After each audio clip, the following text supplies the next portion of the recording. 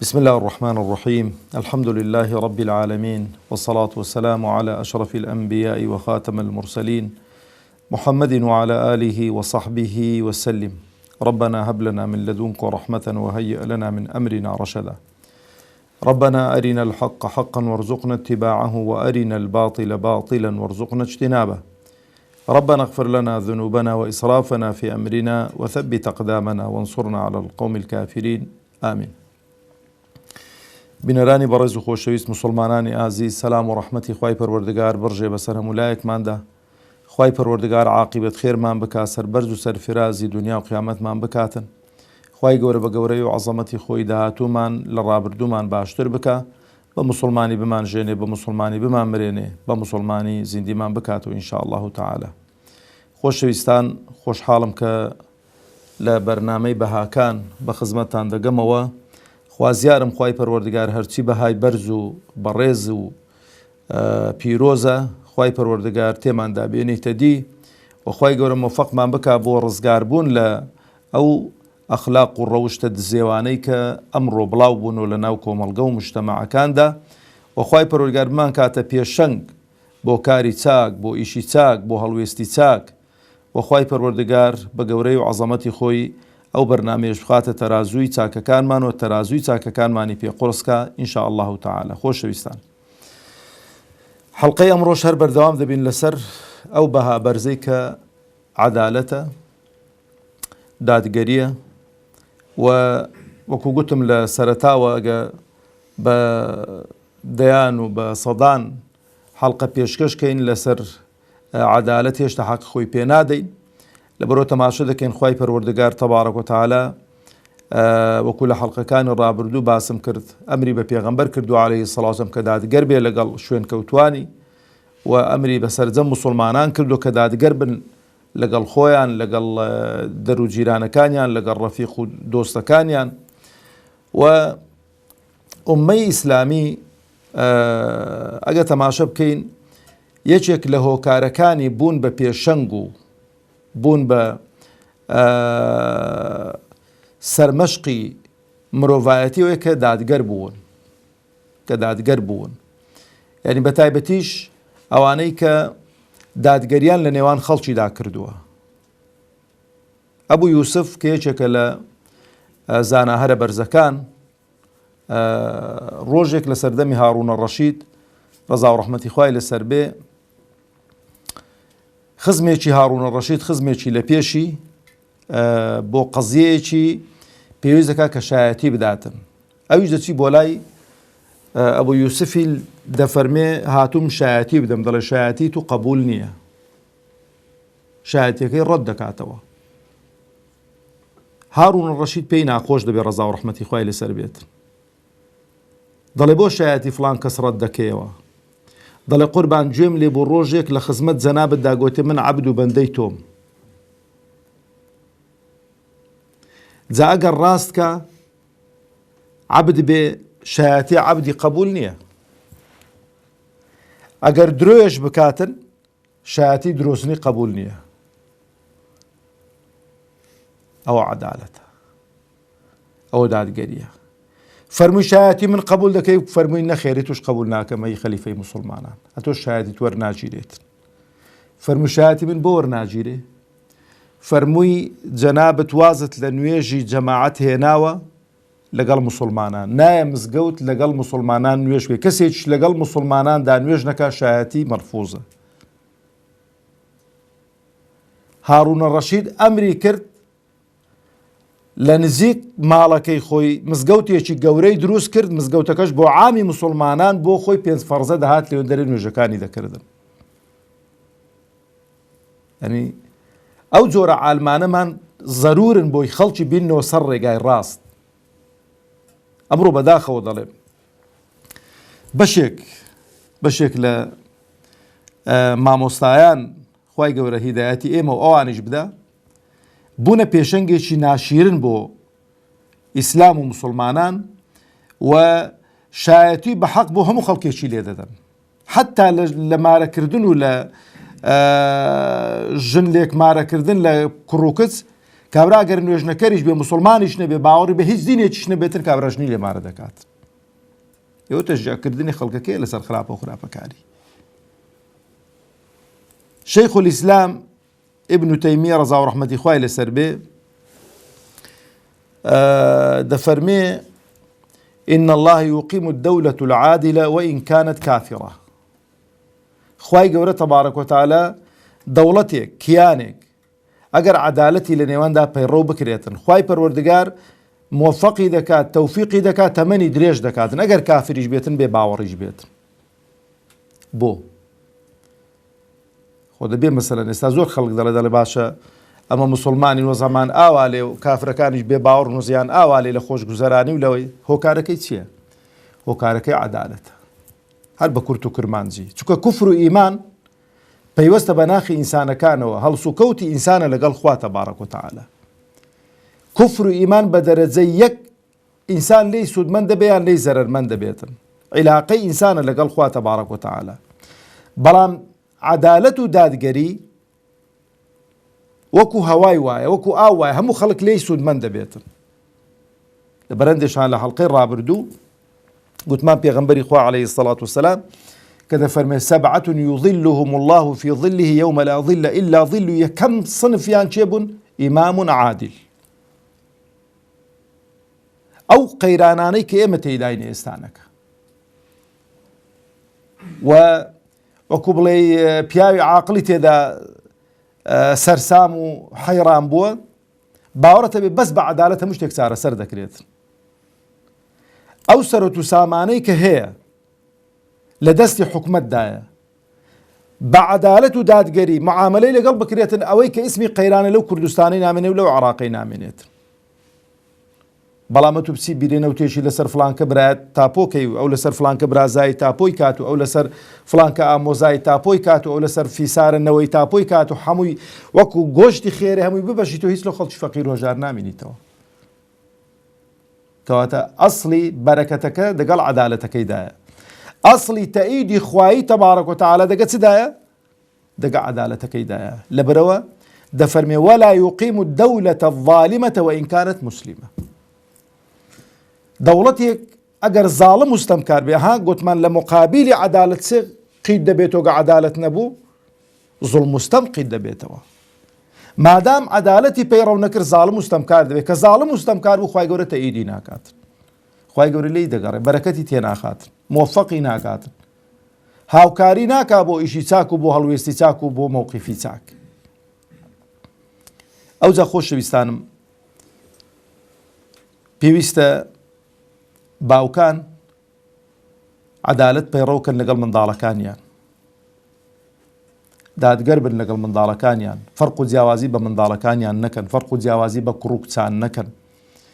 ئینسان نازانێ بەرەکەت لەگەڵ کامەیاندایە هەردووچیان کوڕ و کچ بەرەکەتی خوان هەردووچیان بەخششی خوان بۆ دایک و باوک. ئەنگۆنەتان بینیوە کاتێک کە ئینسان منداڵی نابێ ژنی هێناوە 18 ساڵی پێچوون وەکو بە ئاسمانی هەڵدەچێ کابرا هەموو دنیای لێ دەبێتە یعنی کونەمشتی لێ دەبنە قەیسەری و کوردەواری خۆمان دەڵێ دکتۆر نامێنێ نەکات دەرکە نامێنێ لێ نەدا تا حد لە تە منداڵێکیش بێ پێی ڕازیە.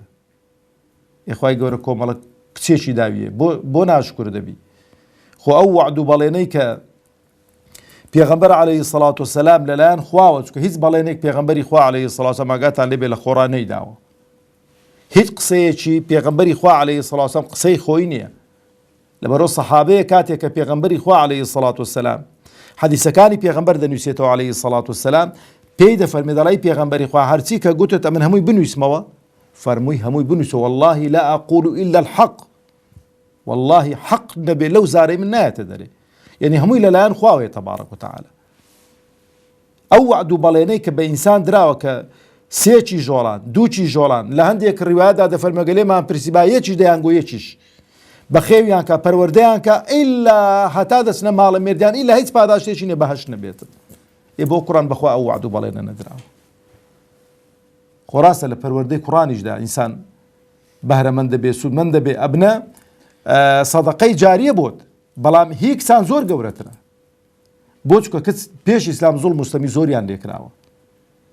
لەبەرەوە ئینسان دەبێ عەدالەتی هەبێ، دادپەروەری هەبێ. کوڕینە خوشکە بەڕێزەکانم، ئەگەر بە وردی سەرنجی قسەی یوسف بدەن کە درێژترین قسەیە لە قورئان کە یەک سوورەتی گرتە بێت، ئاوا بە چڕی لە دوویەک باس کرا بێت. ئەزانن هەموو هۆکارەکەی چییە؟ هەموو هۆکارەکەی ئەوەیە کە براکانی یوسف عەلەیهی سەڵات وەسەلام وا لایەن گەڵاڵە بووە، وا لایەن تەسەورێکیان بۆ دروست بووە کە بابیان یوسفی خۆشتر دەوێت لەوە. ئەوە هەموو بەسەرهاتەکەیە. ئەو هەموو پیلانجێڕیە بۆی کە ئەوانیش ببنە خۆشەویستی بابیان، ئەوانیش ببنە خۆشەویستی بابیان. ئاگاتان لێ بێتن، مەڵێ منداڵەکانم گەورە بوون. منداڵ ئەگەر ژنیشی هینابێ هەر خۆی بە منداڵ دەزانێت بەرامبەر بە دایک و باوکی. پێویستی بە سۆز و عەتفی دایک و باوکی هەر هەیە. منداڵێکە تێ تەمەنی 9 ساڵانە، 1 ساڵانە، یەکیش گچکەیە، ئەوەی گچکەکە هەردا ئامێزێ بگری و ماچی کەی و دەستی سەر دابینەوانە دیکە هیمارکە بەخوا حەق و ڕق و چینیان بۆ ئەو منداڵە گچکەی دروست دەبێت. شەقیوەیتی هەڵدەدەن وەچ کوردەواری خۆمان گوتی و عەرەب دەوشترەی هەڵنەداویت. ئاگاتان لەو خاڵانە هەبێت. لەبەرەوە پێویستە کە ئەوجا لە چی لە معاملەی عاتیفی و سۆز لەگەڵ چی دیکە لەگەڵ پێدان، خەڵاتکردن، بەرکت باکراوە نەبێ بۆ منداڵێکی بۆ یەکیش داخرابێتن، زنجیرت لێدابێتن. دوژمنایەتی لە مابەینی منداڵەکاندا دروست دەکەی و خۆشت گونەهبار دەکەی. تەماشەکە نوعمانی کوڕی بەشیر سەحابەیەکی بەڕێزی پێغەمبەر بوو عەلەیهی سەڵات وەسەلام. ویستویەتی باخێکی بداتە منداڵێکی. دایکی خێزانی نوعمانی فەرمووی ئەی نوعمان وەڵا پێم خۆشە بچی پێغەمبەری خوا عەلەیهی سەڵات وەسەلام بکەیە شاهید لەسەری بۆی شایەتی بدات و ئاگادار بێت. فەرمووی پێغەمبەری خوا من هاتووم ئەو باخەم لەسەر ئەو کوڕەم تاپۆکەم بیدەمێ هەتا لە دنیادا ماوم، پێم خۆشە تۆ شاهید بی. فەرمووی نوعمان منداڵی دیکەت هەن؟ فەرمووی وەڵای پێغەمبەری خوا بە هەموو منداڵەکانی دیکەت داوە؟ فەرمووی نەوەڵڵا. پێغەمبەری خوا عەلەیهی سەڵات وەسەلام ڕەدی شایەتیەکەی کردەوە، فەرمووی شایەتی لەسەر شتێکی زوور نادەم، لەسەر شتێکی لەسەر ناعەدالەتی نادەمە، من شایەتی نابن شاید لەسەر ئەو قزیانە. ئەگەر بۆ هەموو منداڵەکان ئامادەی بە هەموو منداڵەکان بدەیت ئەمن لە خزمەتدا مەشایەدیتان بۆ دەدەم. بەڵام ئەگەر منداڵێک تەفزیلکەی بەسەر منداڵەکان دێک کە دادگەری تێدا نیە، پێچەوانەی دادگەریە، ئەمن ئەو شایەتیە نادەم. و فەرمووی پێغەمبەری خوا عەلەیهی سەڵات اتقوا الله واعدلوا بین ئەولادیکم، لەخوا بترسن و دادگەری عەدالەت پەیڕەوکەن لە نێوان منداڵەکانتاندا. لەبەرەوە چاکە ئەو باوکە ئەو دایکە شتێکی بەو منداڵیدا بۆ منداڵی دیکەش بیداتن، ژنی بۆ ئەو منداڵی هێناوە بۆی دیکەشی بێنی بۆی دیکەشی بێنێتن، شتێکی بۆ ئەو منداڵی کڕیوە بۆ منداڵەکەی دیکەشی بکڕێتن. نەک ئەو منداڵە دەگە دایک و باوکی باشە وەڵا زیاتری پێدەدەمەوەی دیکەشی هەمال دەکەم. جالەوەی موسیبەتتری شەوەیە باوکی وا هەیە بەوەی لە خۆ نەگەڕاوە کە لە دنیا مۆفەق نەبووە بۆ دادگەری لە نێوان منداڵەکانیدا کە مردیشە قوڕی بۆ خۆ گرتوتەوە، وەسیەتێکی کردو فڵانکە منداڵم لە میرات و لەوانە بێبەش کرد. طبعا ئەسڵەن بۆ معلوماتانەوە هەر ئیشی پێ ناکرێ ئەو وەسیەتە، ئەو وەسیەتە ئیشی پێ ناکرێەوە یەکێکە لە ئەسبابی سوئی خاتیمە، یەکێکە لە ئەسبابی سوئی خاتیمە کابرا کە وەسیەتێکی زاڵمانە و سەمکارانە بکات. ئەو جا خوای پەروەردگار تەبارەک و تەعالە تەماشەکە لە خواترسانی ڕەبت کردووە لەگەڵ چێ؟ لەگەڵ دادگەری لەگەڵ منداڵەکانی خۆت. یعنی چی؟ یعنی عەدالەت پەیڕەوکردن لەگەڵ ماڵ و منداڵی بەشێکی تەقوا و لە خوا ترسانە. لێرە بە فرسەتی دەزانم بێڵێم خۆشەویستانم، بە تایبەتی مەسەلەی میرات خەڵکێکی زۆر ئێستانەکە کچان بێبەش دەکات لە میرات، یان ئیحراجیان دەکاتن لە وەرگرتنی میرات. ئەها عەلەسات پیاوێکی ئەهلی تەقوایە، پیاوێکی بەدینە، میراتی خوشکان دەدا بە زبانجیان دەکات ئەرێ خوشکم ئەنگۆ میرات و دەوێ بەمیش بڵێ کە براشم بڵێرە برات و میراتی دەوێت دەڵێ من ناموێ. ئەگەر نەیویست بە خوای پەروەردگار بۆی دانەدەنا دیارە دەیوێت لەبەر هەندێک خوای پەروەردگار ناخی ئینسانەکان دەزانێتن لەبەر خوای گەورە دەزانێت دەیوێتن حەسەکەی بۆ داناوە. مەڵێ خوشکم میراتت دەوێت بڵێ خوشکم ئەوە میراتی تووە خوای گەورە بۆی داناوی حەسەی تۆ داخۆ دەیوێ یانە ناوێ. بە زەنگۆ 5-6 برای ملەستور کۆبووینەوە خوشکۆڵان بانگ دەکەن و حراجیان دەکەن خوشک میراتت دەوێت ناوەڵە خوشێ فەقیر چ بڵێتن جاگە گۆتی دەشموێ چکە منەو حاڵەتەم زۆر بینیون وەکو کوردەواری خۆمان دەنە بەلنەعەتیان کردووە نە مەرحەبای دەکەن نە سەلامی دەکەن نە قسانی دەگەڵ دەکەن قەتعی عیلاقەی دەگەڵ دەکەن هەر کە ئەنەما نەیناسن ناوەڵە میراتەکەی نەوێ چ کوردەواری خۆمان گۆتی هەر نەبی مەرحەبا و سەلامەکەی دەمینیتن بەس ئاگات لێبیتن ئەو کێشانە سەر هەڵدەدەنەوە ئەو کێشانە سەر هەڵدەدەنەوە. من چەندان مەسەڵەن چەند کێشەیەکی ئاوا هاتۆتە لام قەدیم ئاوا خوشیان بێبەش کردوون کوڕی کە گەورە بووە ئێستا داوای میرات لە خاڵان دەکاتن حەقی خۆشیێتی لە ماوەستا کاتی خۆ زوڵمیان لەدا چێ من کردم نەو زوڵمەی قبول ناکەم ئەگەر حەقە حەقی خۆم دێگەر ناحەقە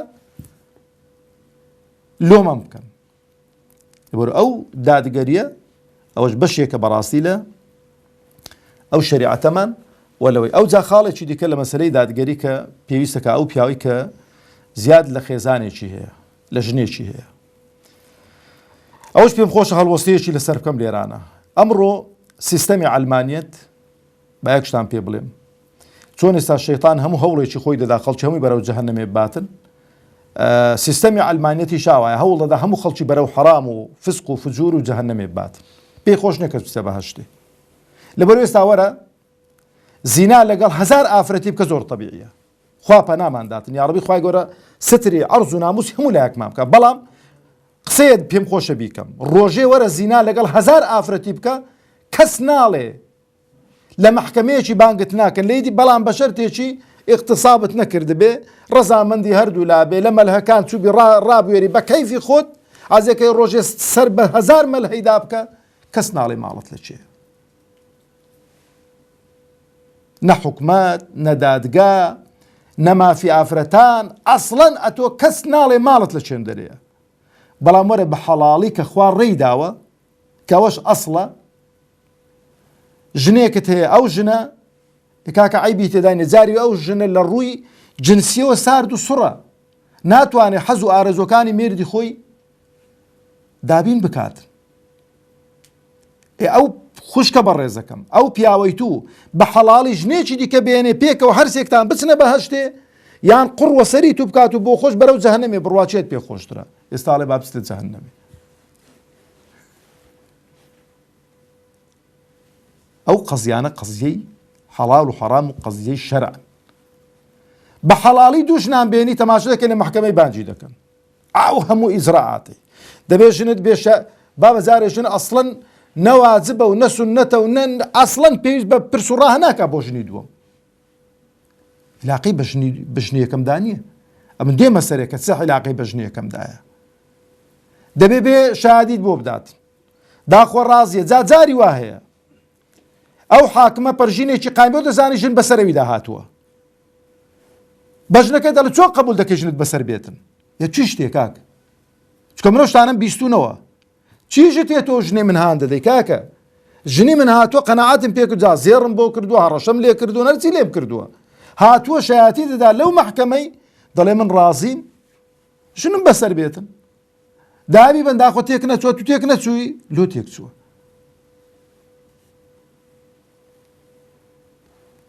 والحاصل ئەو پیاوەی کە بە حەڵاڵی دوو ژنی هەن سێ ژنی هەن چار ژنی هەن تا چار ژنان حەڵاڵە ئەو پیاوە دەبێت دادگەری پەیڕەو کاتن لە نێوان ژنەکانیدا لە مەسروف لە مانەوە لە کنیان لە جێبەجێکردنی ئەمر و بڵێ پێداویستەکانی ماڵ و منداڵیان لە دووشتان عەدالەت شمولی عەدالەت ناکا لە خۆشەویستی قەلبی چی هەی خۆشتر دەوێ بەڵام ئاگات لێبێ ئەو خۆشەویستێ نابێت تەفزیلی کا لە حقوقی خۆی نابێت لە عەدالەت و دادگەریدا پێیوە دیار بێ وە لە معاشەڕەی زەوجی لە معاشەڕەی زەوجیش ئەوە لە ناو عەدالەتەکەی دانیە. بەڵام وەکو گوتم ئەوەی دیکە لە مەسائیلی پۆشتەکردن و دابینکردنی ڕزق و ڕۆزی و دابینکردنی مەسکەن و ئەوانە دەبێ عەدالەت پەیڕەو بکاتن. ئەوە زیاتری دەوێتن کاتەکەشمان بەرەو کۆتایی دەڕوە. بەڵام خوای پەروەردگار تەبارەک و تەعالا دەفەرمێ فەئین خفتم ئەلا تەعدیلوا فەواحیدەتەن ئەو ما مەلەکەت ئەیمانوکم. ئەو کەسەی کە دادگەری پێ نەکرێت لەگەڵ خێزانەکانی بۆ هی نابێت لە خێزانێکی زیاتر بێنێ، ئەوەی کە نەتوانێت حەقی خێزانێکی ئازاد بدا دەبێ بچێ عەبد و جاریەیەک بێنێت، چکە نیو حەقی هەیە.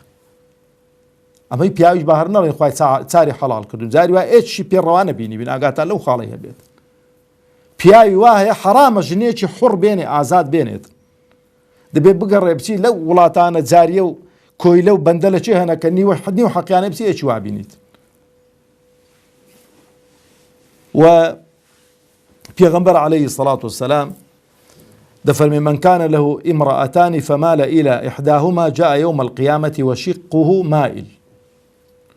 دفرمي أو كدوجني هبن بلا يكيان داوش كاورا قوتي يكلابو بيتو أو ديكي إهمال كرد بيتن لها مشتيشي دل الروج قيامته قر إيمان داريش بي مسلمانيش بي بلا خواري ديتن خلق مقيتو قوز أويشي لا خوار هاقر لا خوار تان بينين بزانن ولا دنیا دا قومان دویانە. خوای گەورە بمان پارێزیتن، خوای گەورە عاقبەتمان خێر بکە ئینشاء الله. وەخوازیارم کە ئەو مەسەلەی دادگەریە بە تایبەتی سەرکردەکان ئەگەر بەتەمای دوا ڕۆژن، بەتەمای قیامەتن، بەتەمای پاداشتی خواین هێشتا بەدەستیانەوە ماوە، فرسەت ماوە، تۆبە بکەن، دادگەری پەیڕۆ بکەن لە نێوان کۆمەڵگە و مجتەماعەکەی خۆیان، لە نێوان عەشرەتەکاندا، لە نێوان وچکاورە گوتی قەومەکاندا، بۆی کە خوای پەروەردگار لە ژێر ئەو سێبەرەی کە خەڵقی دەکا کە دروستی دەکا ڕایانگرێ دەرا دەکەونە بن پێی خەڵکی. خوای گەورە عاقبەتمان خێرکە. والسلام عليكم ورحمة الله وبركاته.